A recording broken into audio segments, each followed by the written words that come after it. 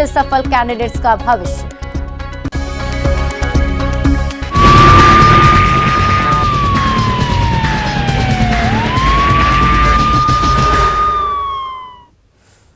नमस्कार, crime news में आपका स्वागत है। आपके साथ मैं हूं शिप्रा झा।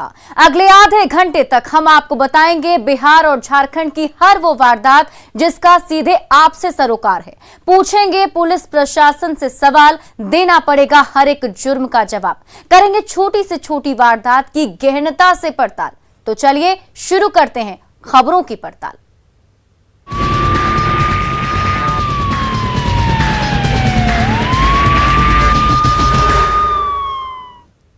और बुलेटिन की शुरुआत इस वक्त की बड़ी खबर से। समस्तीपुर से बड़ी खबर सामने आ रही है। पूर्व सांसद अश्वमेघ देवी के भाई की हत्या कर दी गई है। अपराधियों ने गोली मारकर हत्या की है। सीएसपी संचालक थे पूर्व सांसद के भाई सुनील कुमार। बता दें कि बैंक से पैसे लेकर लौटने के दौरान उनकी हत्या की गई। 2 बाइक सवार अपराधियों ने इस वारदात को अंजाम दिया है। अपराधियों ने 5 लाख रुपए भी उनसे लूट लिए। सरायरंजन के झखरा गांव के पास की वारदात बताई जा रही है।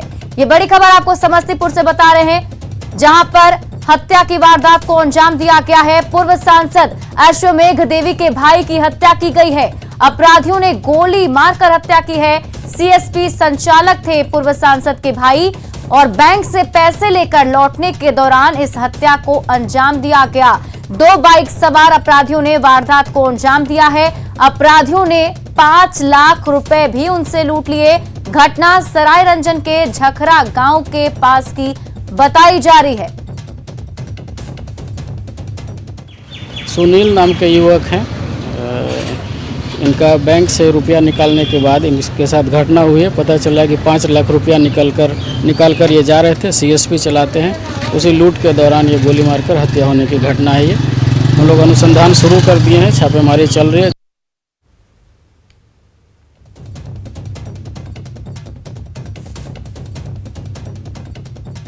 और इस खबर पर अधिक जानकारी के साथ हमारे सहयोगी मुकेश हमारे साथ जुड़ चुके हैं। मुकेश, पूरे डिटेल में पहले बताइए कि आखिर किस तरीके से इस लूट की वारदात को अंजाम दिया गया और बाद में हत्या भी कर दी गई।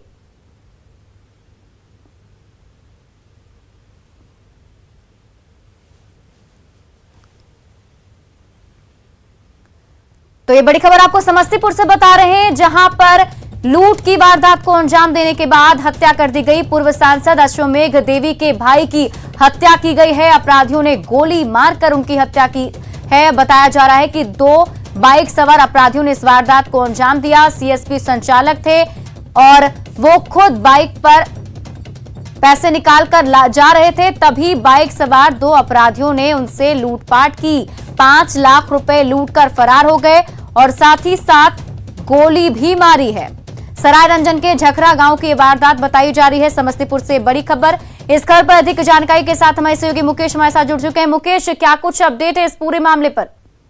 जी शिप्रा, सरायरंजन थाना इलाके के झखरा गांव में ये वारदात हुई थी, जब सरायरंजन से पैसा लेकर के ये अपने सीएसपी जो मयारी चौक पे इनका है और ये जा रहे थे और रास्ते में 2 बाइक पर 6 की संख्या में अपराधी थे जो लगातार इन पर ताबड़तोड़ फायरिंग की और जिसमें घटना सांसद जो भाई थे सुनील कुमार, उनकी मौत, पास से 5 लाख रुपए की लूट कर ली गई। उसके बाद मच गया। फिलहाल पुलिस इस मामले में सीमा को सील करके शुरू करने की बात कही है। लेकिन मुकेश, देखिए, ऐसे में बहुत सारे सवाल हैं। सवाल ये भी कि लॉकडाउन का वक्त चल रहा है। ऐसे वक्त में पुलिस ज्यादा एक्टिव भी नजर आ रही है। पुलिस सड़कों पर भी रहती है। जहां पर ये लूटपाट हुए वहां का कुछ बैकग्राउंड बताइए। वहां पे किस तरीके का माहौल रहता है? क्या वो सुनसान इलाका है या फिर कोई पॉश एरिया था? जी शिप्रा, जिस जगह पे ये वारदात हुई है झखरा गांव में वो जगह पड़ता है और सुनसान जगह है और दोपहर के समय में वो जगह पूरी तरह से खाली हो जाती है। लेकिन जिस तरह से अपराधियों के द्वारा इस वारदात को अंजाम दिया गया है उससे यह साफ होता है कि बिल्कुल समस्तीपुर में पुलिस का खौफ अपराधियों के ऊपर नहीं दिख रहा है, जिसका नतीजा है लगातार एक के बाद एक आपराधिक वारदात है। और आज पूर्व सांसद अश्वमेघ देवी की अपराधियों ने लूट कर दी और पुलिस की बात कर रही है के लिए छापेमारी कर रही है। दावे हर घर किए जाते हैं। अब इस मामले का खुलासा की जाती है। बिल्कुल, तो ये बड़ी खबर आपको समस्तीपुर से बता रहे थे, जहां पर देखिए 2 बाइक सवार अपराधियों ने वारदात को अंजाम दिया है, लूट की है और उसके बाद हत्या भी कर दी है। और समस्तीपुर से ही एक और बड़ी खबर आपको बता रहे हैं, सेक्टर मोबाइल के 2 जवानों का कारनामा सीसीटीवी कैमरे में कैद हो गया है। रोसड़ा के एक होटल में सादे ड्रेस में सेक्टर मोबाइल के 2 जवान अवैध वसूली करते कैमरे में कैद हुए हैं। सेक्टर मोबाइल के जवान कौशलेंद्र और शशि पर आरोप है कि उन्होंने होटल के कमरे को खुलवाकर ग्राहकों से बदसलूकी की और मारपीट के साथ ही अवैध वसूली भी की है। और ये तस्वीरें आपके सामने आपके टीवी स्क्रीन पर है। ये देखिए, सादे लिबास में ये दोनों वहां पर पहुंचे थे। अवैध वसूली और मारपीट का इन पर आरोप लगा है। होटल में ठहरे ग्राहकों से इन्होंने मारपीट की, बदसलूकी की। तस्वीरों में आप खुद देख पा रहे होंगे कि ये 2 जो सेक्टर पुलिस के जवान है वहां पहुंचे हैं, दरवाजा खुलवाते हैं और फिर उसके बाद अंदर जाकर मारपीट करते हैं।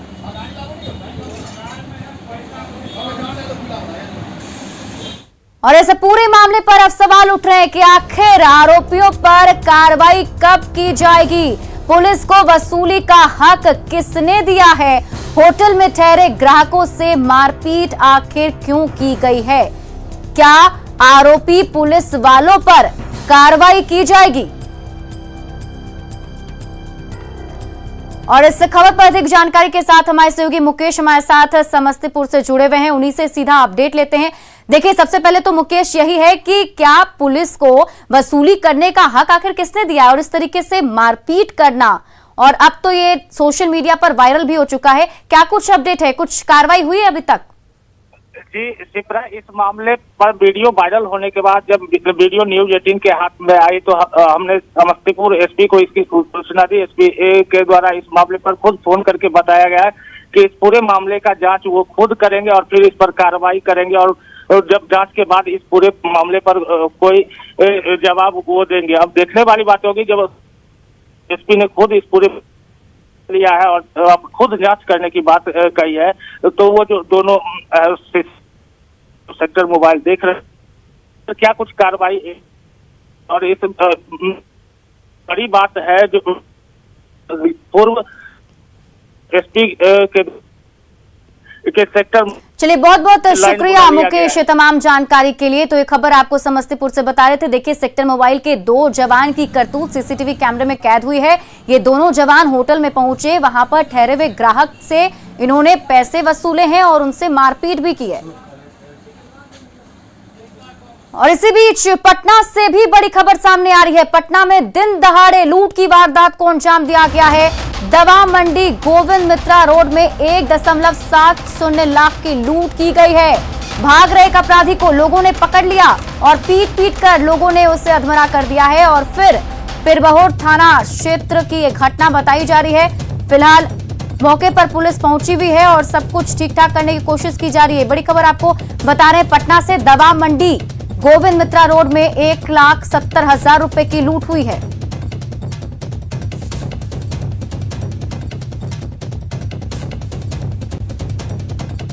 तो पटना का सबसे बिहार पुलिस द्वारा पुख्ता सुरक्षा व्यवस्था का दावा किया जा रहा है, लेकिन इस दावे की धज्जियां राजधानी पटना में ही उड़ती दिख रही है।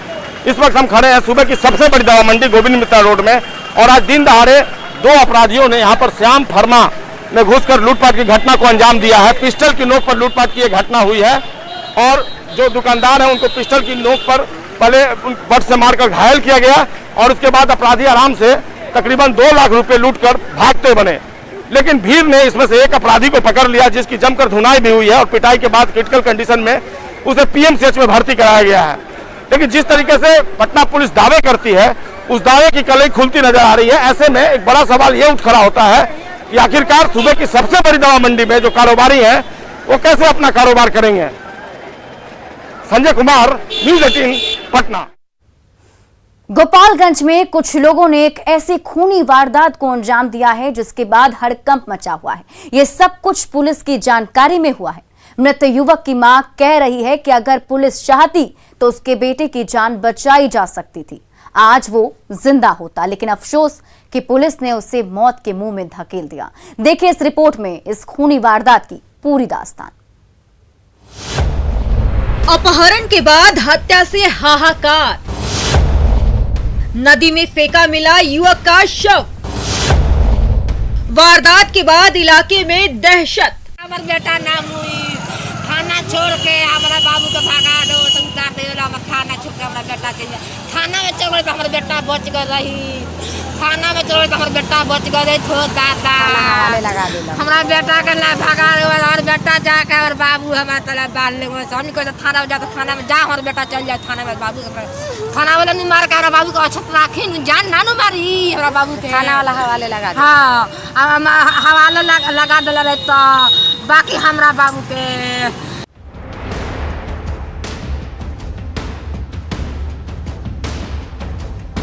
ये चीख पुकार और चित्कार उस बेटे की माँ की है जो अब इस दुनिया में नहीं रहा। शैतानों ने उसे ऐसी खौफनाक मौत दी है जिसे सुनकर आपका दिल दहल जाएगा, रूह कांप उठेगी, पैरों तले जमीन खिसक जाएगी। मौत के खौफनाक मंजर को देखकर यमराज भी सहम जाएगा। ये वारदात गोपालगंज जिले की है, जहां 27 साल के युवक की अपहरण कर उसकी निर्मम हत्या कर दी गई है। वहीं हत्या के बाद आरोपियों ने शव को पश्चिम चंपारण के गोविंदगंज इलाके में नदी में फेंक दिया है, जिसके बाद पुलिस ने शव को बरामद कर पोस्टमार्टम के लिए भेज दिया है। ये घटना सिधवलिया के सलेमपुर गांव की है। बताया जा रहा है कि समाज में रह रहे हैवानों ने हत्या से पहले युवक की बेरहमी से पिटाई की गई थी। उसके प्राइवेट पार्ट को बेहद ही निर्मम तरीके से कुचल दिया था। रात भर उसे पेड़ से बांधकर मारा था। वो रोता रहा, चिल्लाता रहा, लेकिन किसी ने उसकी एक नहीं सुनी। पेड़ में लोग बांध दिया था तो पुलिस वाला आया तो उनको 2-4 डंडा मार के खोल के ले गया। ले जाने के बाद वो बाजार पर पेशाब कर दिया लड़का, तो छोड़ दिया लोग। तो वो लड़का भाग के आया, आके इन्हीं के घर में फिर दोबारा वो ढुक गया के लोग पतो मतारी दोनों आदमी बहुत लोग डंडा तोड़ दिया सब मार मार के। हाँ, उसके बाद में यह पेड़ में बांध दिया। पेड़ में बांधने के बाद लोग बांधे रखा छोड़ दिया सब। छोड़ने के बाद में उठा के रात में 12 बजे रात को उधर ले गया है सब। उधर वो खाला बांध दिया। अब बांधने के बाद में क्या किया है सब, अब उसके बारे में हम नहीं बता पाए। सही सुना आपने। उसके बाद जो हुआ वो किसी को नहीं पता था। अब युवक की हत्या से पहले का वो खौफनाक वीडियो भी देख लीजिए, जिसे परिजनों ने शेयर किया है। जरा दो इसको, उड़ा दो इसको जो बनाया है इसको, कि हाँ किस लिए बनाया है, हाँ कि पूरा उड़ा दो, हाँ वो हाथ से छोड़ोगे तो पूरा ये देश खड़ा। यही वो वीडियो है जिसे परिजनों ने शेयर किया है, जिसमें युवक के हाथ और पैर रस्सी से बंधे हुए दिख रहे हैं। मृतक का नाम अजय सहनी है, जो सिधवलिया थाने के सलेमपुर निवासी रामचंद्र सहनी का पुत्र है। मृतक की मां जीवती देवी ने घटना से 3 दिन पहले सिधवलिया थाना में अपने बेटे की अपहरण करने की शिकायत दर्ज कराई थी, जिसमें 5 लोगों को नामजद आरोपी बनाया गया था और 2 अज्ञात पर मामला दर्ज कराया गया था, जिसमें गांव के ही वीरेंद्र महतो, मंतोष महतो, सोनू कुमार, आशा देवी और कृष्ण महतो पर अपहरण करने का आरोप लगाया था। तब पुलिस लापरवाह बनी रही, जिसका अंजाम ये हुआ कि शैतानों ने उसे तड़पा कर मार दिया। मृतक की मां का आरोप है कि पुलिस ने अगर समय रहते आरोपियों को गिरफ्तार किया होता तो शायद उसका बेटा आज जिंदा होता। हमार बेटा थाना ले गए तो हमारा बेटा मरी थाना ला उतार दे हमारा बेटा के। हमारा बेटा भागा के बेटा के हमरा फिर बांध दो दवाने वाले लगा और वो कनी के हवाले लगा दिए सो हमारा बेटा के। हो दादा अरे बाप। हालांकि पुलिस ने इस हत्या की वारदात के बाद एक नामजद आरोपी आशा देवी को गिरफ्तार किया है, लेकिन सवाल ये है कि सिधवलिया थाने की पुलिस क्यों लापरवाह बनी रही। एफआईआर दर्ज होने के बाद क्यों नहीं कार्रवाई की, नामजद आरोपियों को क्यों नहीं गिरफ्तार किया। क्या युवक की मौत का जिम्मेवार पुलिस है? क्या पीड़ित परिजनों के आरोपों की जांच होगी? मामले में पुलिस ने अब तक क्या कार्रवाई की? बाकी नामजद आरोपियों की गिरफ्तारी कब होगी? ये वो तमाम सवाल है जिसका जवाब सिधवलिया थाने की पुलिस को देना पड़ेगा। इस मामले की गंभीरता को देखते हुए जिले के एसपी को सिधवलिया थाने की पुलिस की भूमिका की जांच करनी चाहिए ताकि पीड़ित परिवार को न्याय मिल सके। न्यूज़ 18 के लिए गोपालगंज से मुकेश की रिपोर्ट।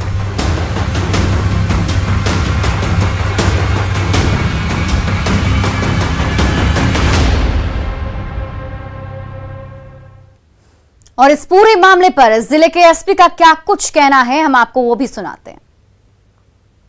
समय की घटना है। उसके बाद मृतका की जो मां है उन्होंने थाना में आवेदन दिया था और उसमें एफआईआर भी दर्ज की गई थी और उसमें कार्रवाई चल रही थी। तो उसके कल ही आई थिंक 6 तारीख को डेड बॉडी मिली। तो उसके बाद हम लोग बाकी जो अभियुक्त हैं उसकी गिरफ्तारी के लिए छापेमारी कर रहे हैं। और ऐसे में कई सारे सवाल उठ रहे हैं कि सिधवलिया थाने की पुलिस आखिर क्यों लापरवाह बनी रही, एफआईआर दर्ज होने के बाद भी कार्रवाई क्यों नहीं की गई, नामजद आरोपियों को आखिर कब तक गिरफ्तार किया जा सकेगा, क्या युवक की मौत का जिम्मेवार पुलिस है, क्या पीड़ित परिजनों के आरोपों की जांच होगी, मामले में पुलिस ने अब तक क्या कार्रवाई की, बाकी नामजद आरोपियों की गिरफ्तारी कब होगी।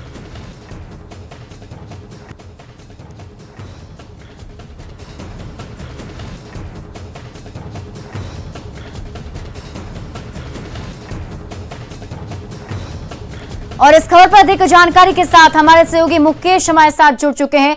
मुकेश, सबसे पहले तो ये बताइए और पूरे विस्तार से बताइए कि आखिर जो युवक है वो कब लापता हुआ था, कब एफआईआर दर्ज करवाई गई थी और एफआईआर में क्या जो लोग हैं, जो परिजन हैं, उन्होंने वहां पर गुमशुदगी की रिपोर्ट दर्ज कराई थी या एफआईआर में किडनैपिंग का आरोप लगाया गया था? देखिए शिप्रा, मैं बता दूं कि पूरा मामला सिधवलिया के सलेमपुर का है और यहाँ की जीवती देवी ने 3 जून को आरोप लगाया था, सिधवलिया थाने में आवेदन दिया था जिसमें उनका आरोप था कि उनके बेटे का अपहरण कर लिया गया है। इस मामले में गांव के ही 5 लोगों का नामजद किया गया था और उनका जो पीड़ित मां है उनका आरोप है कि पुलिस ने आवेदन लेकर उन्हें झिझक के वहां से वापस भगा दिया था और इसके बाद वो पीड़ित मां लगातार गुहार लगाती रही और उसके बाद जब कल जब डेड बॉडी मिला है गोविंदगंज थाना क्षेत्र से, तब पुलिस हरकत में आई है और पुलिस ने इस मामले में, पुलिस का दावा है कि 367 यानी कि अपहरण की जो है जो एफआईआर दर्ज की गई है और इस मामले में जो एक नामजद महिला है आशा देवी, इसको हिरासत में लेकर के पूछताछ की जा रही है। बिल्कुल मुकेश, क्या कुछ ये पता चल पाया कि आखिर जो अपहरण किया गया वो किस वजह से किया गया? परिजन कुछ बता पा रहे हैं? क्या कोई पुरानी रंजिश थी या फिर फिरौती की मांग को लेकर यह अपहरण किया गया था?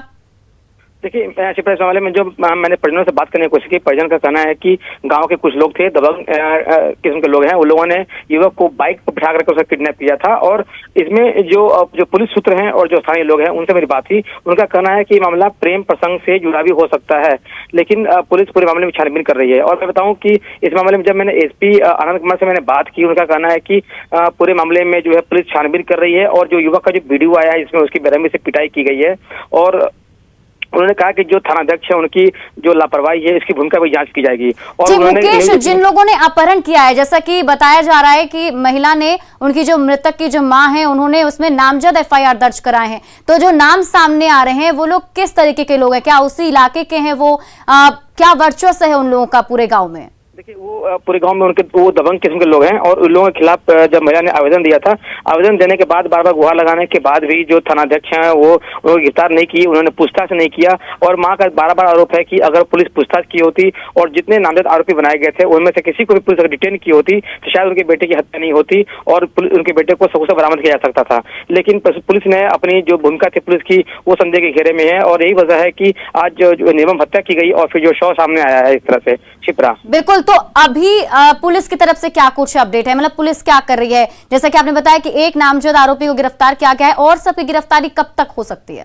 देखिए, इस मामले में एसपी ने खुद मामले का संज्ञान लिया है। न्यूज़ 18 की खबर के बाद एसपी ने खुद न्यूज़ 18 को फोन करके उन्होंने कहा है कि जो डीएसपी हेडक्वार्टर है वो पूरे मामले की जांच करेंगे और जो सिवलिया के जो थानाध्यक्ष हैं उनकी भूमिका की जांच की जा रही है, उनकी लापरवाही को लेकर जांच की जा रही है। और उन्होंने कहा है कि अगर लापरवाही की बात सामने आती है तो थानाध्यक्ष के खिलाफ भी कार्रवाई की जाएगी। और जो बाकी जो 4 जो आरोपी हैं जो अभी पुलिस गिरफ्त से बाहर हैं, उनकी गिरफ्तारी के लिए भी टास्क फोर्स का गठन किया गया है। चलिए मुकेश, आपसे और अधिक अपडेट लूंगी मैं, लेकिन इसी बीच देखिए हमारे साथ गोपालगंज के एसपी आनंद कुमार हमारे साथ फोन लाइन पे जुड़े हुए हैं, उनसे सीधा अपडेट लेते हैं। सर, पहले तो बहुत बहुत स्वागत है आपका न्यूज़ 18 पर। ये जो खबर हमने अभी दिखाई है और इस खबर में साफ तौर पर महिला का आरोप है, जो मृतक की मां है वो कह रही है कि नामजद एफआईआर तक दर्ज करवाए गए थे और अगर शायद पुलिस चाहती तो उनका बेटा भी जिंदा होता। क्या कुछ कहेंगे सर इस पर आप? इसमें 2 वीडियो सामने आए हैं। एक में जो मृतक है उनकी मां का वीडियो और एक वीडियो घटना के 1 दिन पहले का है जिसमें उसको बांध के कुछ लोग उसका वीडियो। तो हमने इसकी जांच के आदेश दिए हैं और डीएसपी हेडक्वार्टर को इस पूरे की जांच करने का आदेश दिया गया है और जांच रिपोर्ट प्राप्त होते ही अगर इसमें किसी की भी लापरवाही सामने आती है तो उस पर कड़ी से कड़ी कार्रवाई की जाएगी। कब तक माने सर, कब तक ये कार्रवाई पूरी हो सकती है? कितने घंटे का समय? क्योंकि जिस तरीके से महिला रो रो कर कह रही हैं, उन्होंने सीधा सीधा आरोप कहीं ना कहीं पुलिस पर ही लगा दिया है। उनका यही कहना है कि लापरवाही बरती गई जिस वजह से नहीं हो पाया, और जब नेम्ड एफआईआर है, नाम लिखे हुए हैं, तो ऐसे में क्यों उन तक पहुंचने में थोड़ी मुश्किल हो रही है? देखिए, 24 घंटों में रिपोर्ट देने के लिए कहा गया है। साथ ही एक स्पेशल टीम जो भी इसमें वांछित अभियुक्त हैं उनकी गिरफ्तारी के लिए भी छापेमारी कर रही है लगातार। चलिए, बहुत बहुत शुक्रिया हमारे साथ जुड़ने के लिए। तो ये खबर आपको समस्तीपुर से बता रहे थे, जहां पर देखिए अभी जो अपडेट है उसके मुताबिक यही बताया जा रहा है कि गोपालगंज में जो अगवा युवक है उसकी हत्या की अब जांच होगी, जैसा कि अभी एसपी ने बताया है। एसपी ने जांच के आदेश दे दिए हैं। सिधवलिया थाना अध्यक्ष की भूमिका की भी जांच की जाएगी। उन्होंने अभी हमारे साथ ये भी कहा कि अगर इसमें कुछ भी लापरवाही दिखती है तो बड़ी कार्रवाई की जाएगी। डीएसपी हेडक्वार्टर इस पूरे मामले की जांच करेंगे। जांच में दोषी पाए जाने पर थाना अध्यक्ष पर कार्रवाई होगी। तो न्यूज़ 18 की खबर का यह असर हुआ है, जिसके बाद यह आश्वासन मिला है कि थाना अध्यक्ष के मामले पर लापरवाही का अगर आरोप मिलता है तो उस पर कार्रवाई की जाएगी। हमारे सहयोगी मुकेश हमारे साथ जुड़े हुए हैं। मुकेश, देखिए एसपी ने तो कह दिया है कि जांच के आदेश दे दिए गए हैं, जल्द से जल्द गिरफ्तारी होगी और अगर पुलिस की भूमिका भी लापरवाही के तौर पर अगर दिखती है तो उन पर भी गाज गिरेगी। देखिए, इससे पहले मैं बता दूं कि इस मामले में गोपालगंज एसपी ने कड़ा और बड़ा स्टेप लिया है। और मैं बताऊं कि जब कल डेड बॉडी मिला था, ये डेड बॉडी जो है पश्चिमी चंपारण के गोविंदगंज इलाके में मिला था। एसपी ने कहा कि चूंकि सनहा गोपालगंज में दर्ज कराया गया है, प्राथमिकी गोपालगंज में दर्ज कराई गई है, इसलिए गोपालगंज पुलिस पूरे मामले की जांच करेगी। और उन्होंने डीएसपी हेडक्वार्टर को भी आदेश दिया है कि वो 24 घंटे में अपनी रिपोर्ट सौंपेंगे और उस रिपोर्ट में थानाध्यक्ष की भूमिका की जो है पूर्णतः जांच की जाएगी। तो 24 घंटे के अंदर गाज गिरना तय है थानाध्यक्ष के ऊपर जो लापरवाही बरती गई है। और एसपी ने यह भी निर्देश दिया है टास्क फोर्स बना करके जो 4 आरोपी हैं उनकी गिरफ्तारी भी सुनिश्चित की जाए। तो माना जा सकता है कि खबर के बाद जो है प्रशासन हरकत में आई है और कुछ ही घंटे में आरोपी गिरफ्तारी भी हो सकती है और जो थानाध्यक्ष है उसके खिलाफ भी कार्रवाई हो सकती है। चलिए, बहुत बहुत शुक्रिया मुकेश तमाम जानकारी के लिए। और नेटवर्क 18 फेडरल बैंक संजीवनी गाड़ी भारत के कोविड प्रभावित जिलों में जा रही है। वैक्सीन के लिए जागरूकता फैलाने की हमारी इस मुहिम को आप भी अपना सहयोग दीजिए। चलिए आपको दिखाते हैं संजीवनी गाड़ी अब तक कहां गई और आज कहां है।